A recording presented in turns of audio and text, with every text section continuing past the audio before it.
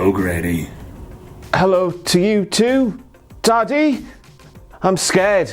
And I'm also Ross Twiddell from Cultaholic Wrestling, and these are your Tuesday morning wrestling headlines. A SmackDown star is absolutely f***ed.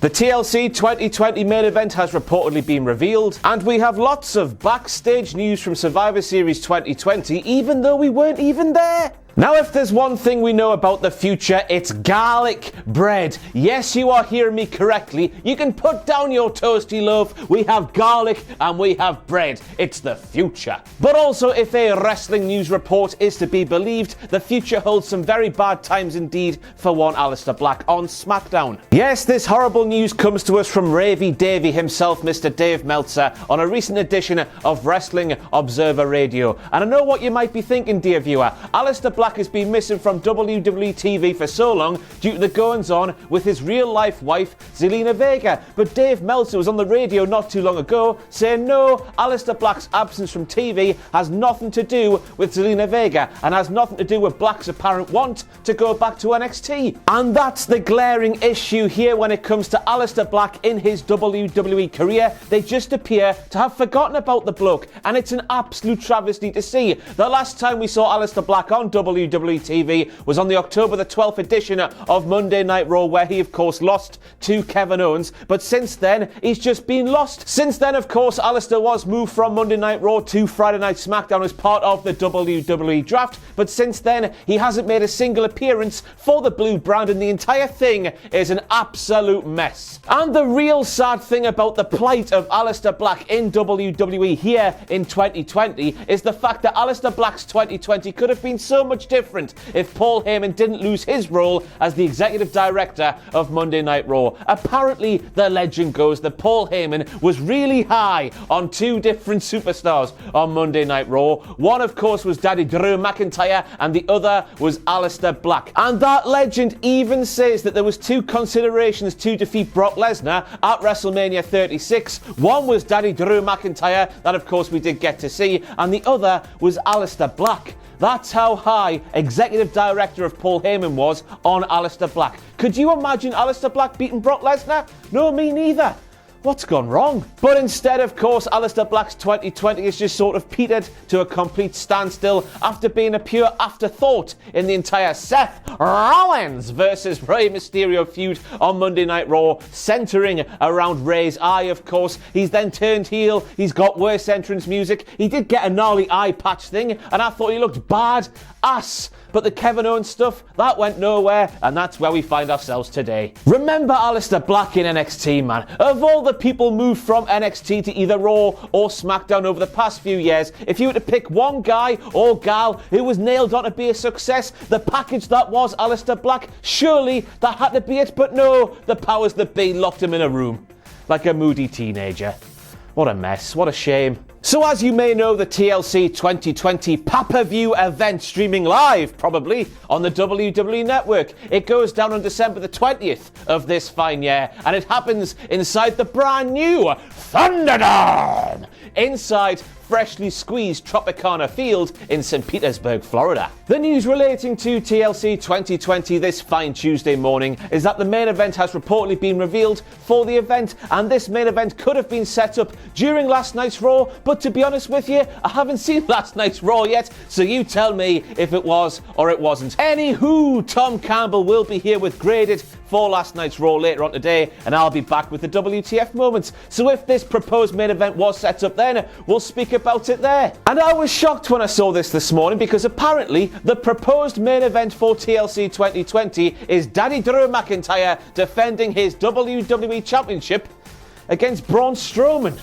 And I don't know about you at home, but when I saw that, my immediate reaction was, that's a yawn. And also, they must just be saving Drew McIntyre versus Sheamus for WrestleMania season. And that's because with their lovely, wholesome dynamic on Monday Night Raw these days, which I hope didn't change last night, because as I said, I haven't seen last night's Raw, with Daddy Drew McIntyre being the wholesome babyface, his old pal Sheamus being a bastard, but Daddy Drew McIntyre being like, old Shamey pal, what you like, eh? Give us your sword, will you? Not to mention Drew McIntyre himself sort of stealing the Celtic Warrior nickname, but putting Scottish instead set of Celtic and their history together in the professional wrestling business. This is a WWE Championship feud that just needs to happen, and I presume it's going to happen in the build-up to WrestleMania, maybe? But no, it's Strowman versus McIntyre that's apparently going to happen. That news comes to us from Ravy Davey Meltzer himself on Figure 4 Online, and that one is a hard one to palate for me because Braun Strowman has been lost in the shuffle and quite boring now for quite some time, all while dressing like a landscape gardener. What's going on there? I've got no idea. But we also have Universal title picture news relating to TLC 2020, and Ravy Davey once again is stating that Roman Reigns will put his big blue bastard belt on the line against Daniel Bryan, and I quote, "That match is scheduled to take place at some point. It could be TLC, but it's leaning towards a later date."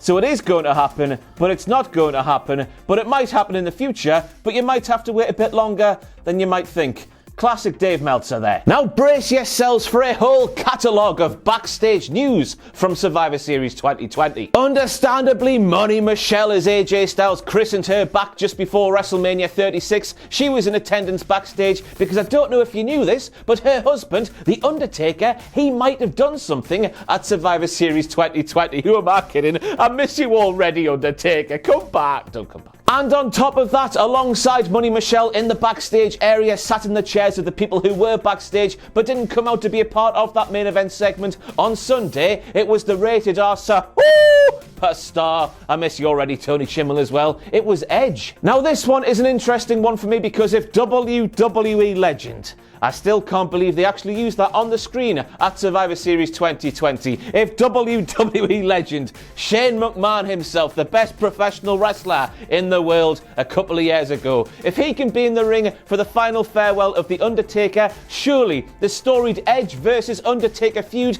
that can be represented in the ring as well. My guess as I stand in front of you is a completely useless hack on wrestling YouTube. My guess is that Edge will be doing something on Monday Night Raw in the not too distant future. So out of sight, out of mind, big return, brother love pop, Bob's your uncle, Fanny's your aunt.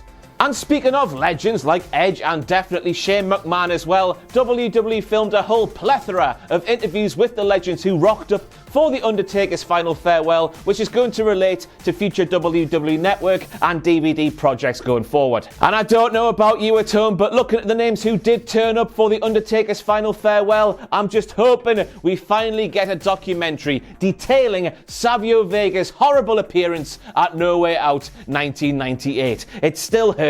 The disappointment still hurts. And now we have lots of backstage producer news in relation to the producers who collaborated with the superstars to put together the matches we saw at Survivor Series 2020. And let's see if Andrew, little editor Andrew with his lovely, wise, shiny scalp, can keep up with the pictures in that box there. Michael Hayes produced Drew McIntyre versus Roman Reigns. TJ Wilson and Pat Buck produced the Women's Elimination Tag Team bout. Chris Park, who is also known as Abyss, I love Abyss, he produced the Men's Elimination Tag Team bout. Me bloody pages are stuck together.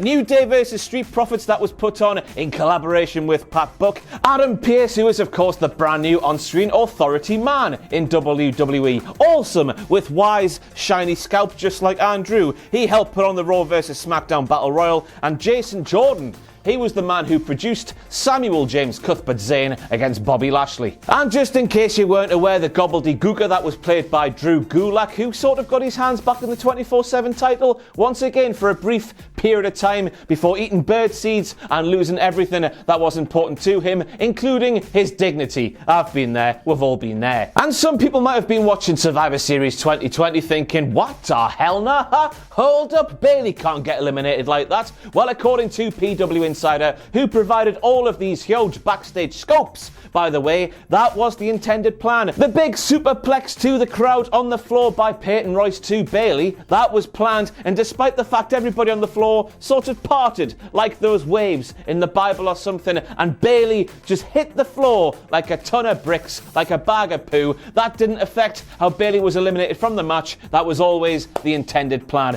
Bayley was not injured. Phew!